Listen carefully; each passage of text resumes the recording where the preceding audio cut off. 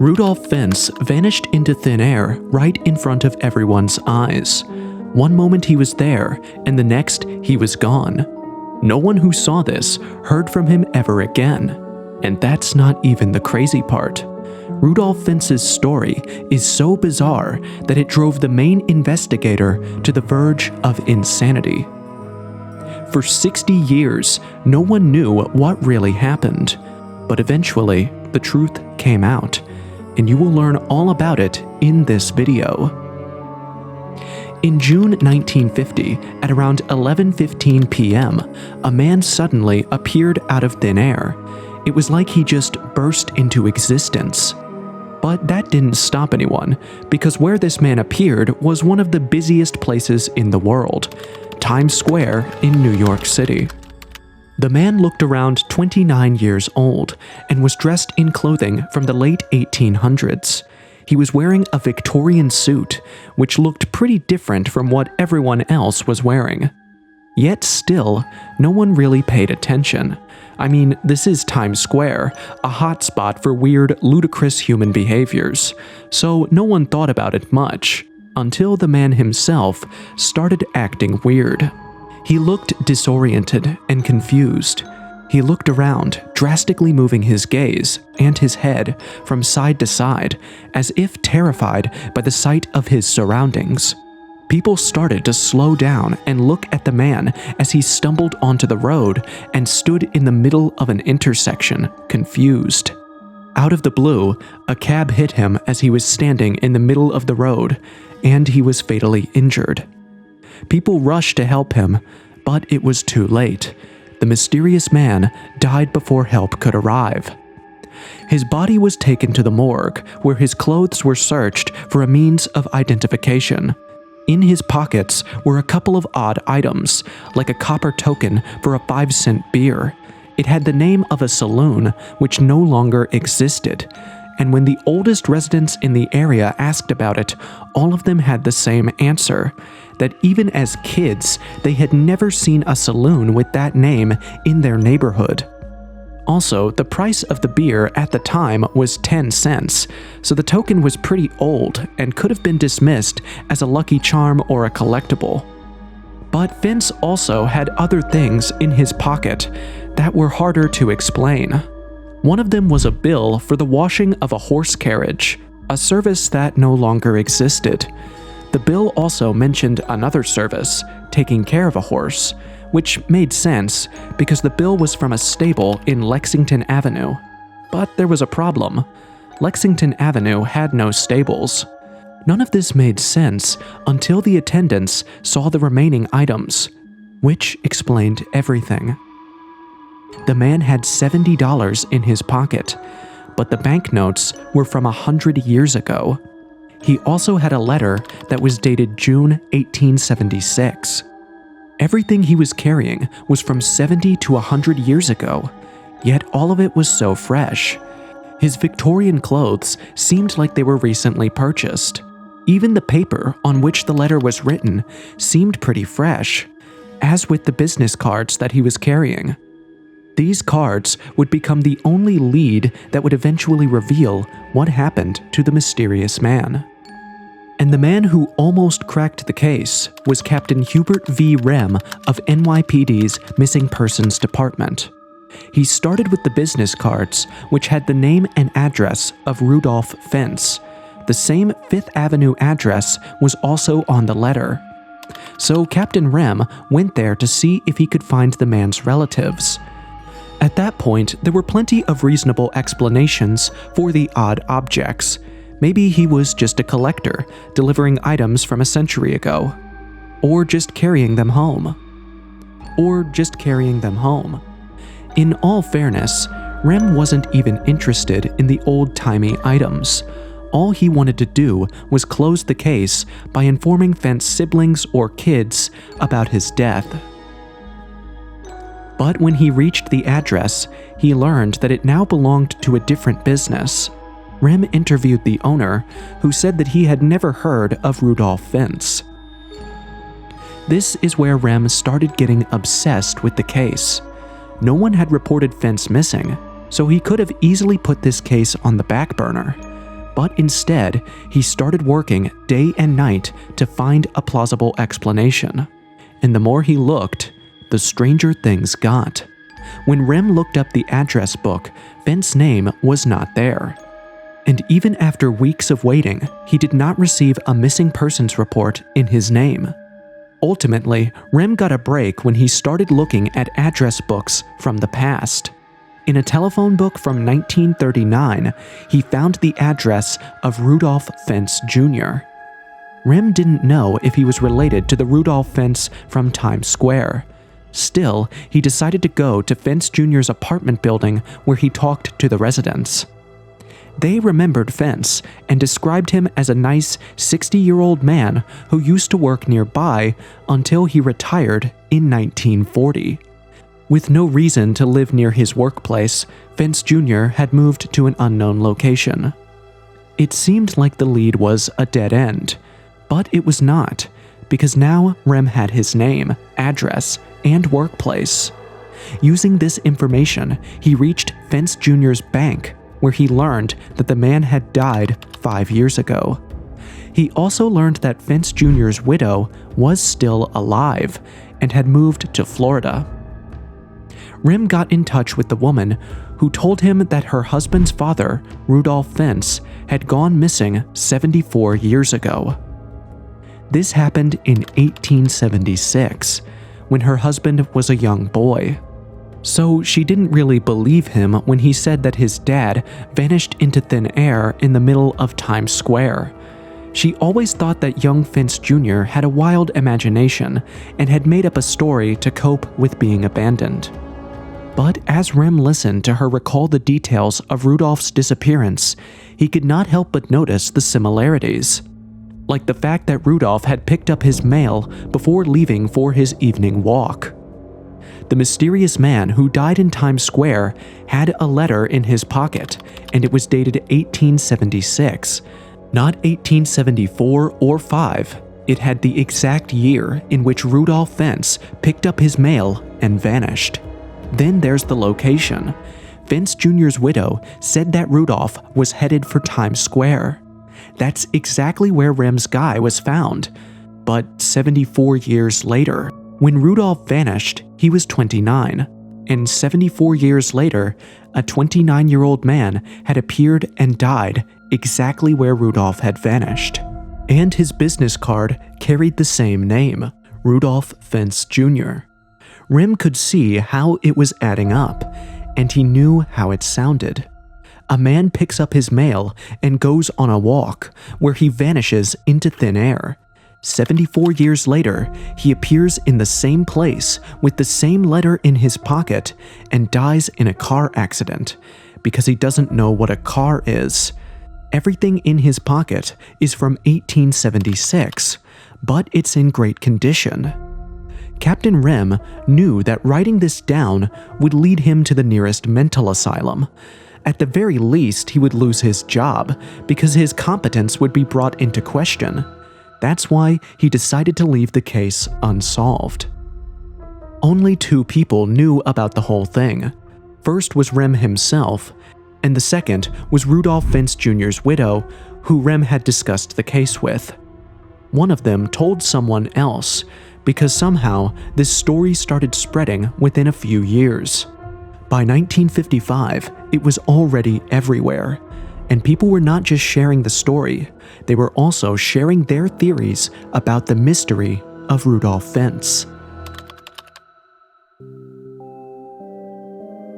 Initially, there were 2 broad theories, that the story was true or that it was made up. If it was made up, then there's no need for an explanation. But if it was true, then the question was, how did it happen? One possibility is that Fentz was the subject of a time travel experiment. Before you dismiss the idea, remember that flying to different countries seemed as impossible to our ancestors as time travel appears to us. But eventually, with technology, humans were able to fly higher than birds. But time travel is more tricky. Suppose the guy who invented time travel goes back and kills his dad. What happens to the inventor? Does he vanish because without his dad he was never born? Or does that create a new reality with a different future? Think of our history as a storybook. Time travel is your ability to edit that book. The question is, if you go back and change Hitler's lifespan, the guy dies in the First World War, does this change the rest of history? Or does it create a new copy of the history book with a different ending, but our history remains the same? These are questions that experts have pondered, but were never able to test without the invention of time travel. So it makes sense that if anyone invents time travel, the first thing they'll do is go back in time and change the life of someone whose death was recorded in the newspaper. So if Rudolph Fentz died in the 18th century and you have a newspaper clipping that describes his death, you could go back just before he died, scoop him up, put him in a different century, and go back to study the clipping. That's the technological angle, that Rudolph was the subject of a time travel experiment. Then there is a more creepy but natural angle, that Fentz just slipped through time. In physics, time is seen as a dimension of space. Like, time really is a place. That's why when you think about the past, it's called revisiting. That's why when you plan your future, you visualize it as a place you're going to. Here's a simple way to put it. You're on a train that is going from the past to the future at a set speed. In your compartment, you can move around. That is your space. The train tracks are your time. Now, if you live your whole life on the train, you'll never question if you can go back or skip forward on the tracks. But science has advanced enough that we have actually started messing around with the tracks. Time moves slower on the International Space Station, but not by much. Suppose you have a twin who went to the space station and returned a year later. He would be 0.01 seconds younger than you. Again, it's not a lot, but we are seeing that it is possible to mess with the tracks of time. We know that gravity and speed of movement can affect time. Now the scary part is that you don't control the tracks or the train. If you are unlucky enough, you might slip off the train entirely. Everyone you know would be in a different timeline, and you would be in a completely different dimension. Did something like that happen to Rudolph? Did he slip through time? To show how serious this was, the same story was reported in a scientific journal published by Routledge, one of the most prestigious distributors of academic research. It wasn't published as fiction, but as a fact, which adds more credence to the story. And we're not done yet in showing more proof. One way to find out is to look at other cases of suspected time travelers, starting with Chaplin's time traveler, who was brought to light by the filmmaker George Clark. In 2010, Clark uploaded a video to YouTube titled Chaplin's Time Traveler. Here's the part of the video showing the alleged time traveler. As you can see, the woman walking across the screen is holding a smartphone to her ear. That's pretty normal, right? Well, not in 1928, when this footage was filmed. And it's not from a movie, so you can't dismiss it as a sci-fi quirk. This is real-life footage from the premiere of Charlie Chaplin's film The Circus. So this woman is not an actor, she's just a pedestrian who is seemingly talking into something that she's holding up to her ear, much like a cell phone. And that's half a century before smartphones were invented. So if these were little cases of time travel caught on camera, what's to say Rudolph wasn't part of time travel, albeit a mistake, or probably stumbled into the future, but still a possibility? What if time travel is real? One of the first criticisms of the Rudolph Fentz story is that it is just a story, and the only way to confirm that is to see where it came from. The story blew up in the 1970s and traveled from ear to mouth and mouth to ear until it crossed borders and reached Spain. There, it was republished by Más Allá, a paranormal magazine that reported the events as true. And this put the story on Chris Aubeck's radar. This man is amazing when it comes to finding the origins of stories. If he could find the origin story of the word origin, he would. He was the perfect guy for the job because he had been a folklore researcher for most of his adult life. The guy was an expert at finding the origin of stories, and he put that expertise to work. He was the one who discovered that Rudolph Fentz story was published in 1972 in the Journal of Borderland Research. The story, which appeared in the journal's May-June issue, was presented as a factual report. But here's the thing, Aubeck himself believed that the report was a work of fiction. To those who believed the story, Aubeck's findings were proof that Rudolph Fentz was real, because his story wasn't traced back to a storybook. It was reported in a scientific journal, published by Routledge, one of the most prestigious distributors of academic research. Yet it was still viewed with suspicion for two reasons. First of all, the journal reported it in 1972, which is 22 years after it supposedly happened. And second, the man who reported the story was none other than Ralph M. Holland, a part-time science fiction writer who published many works under the pen name Ralph Talano. Aubeck took this as a sign that Ralph Holland had simply made up the story. But he was wrong. It was older than he thought. In August 2001, Aubeck got a call from Pastor George Murphy, and during the call, he learned that the source of the Rudolph Fentz story was much older than he had estimated.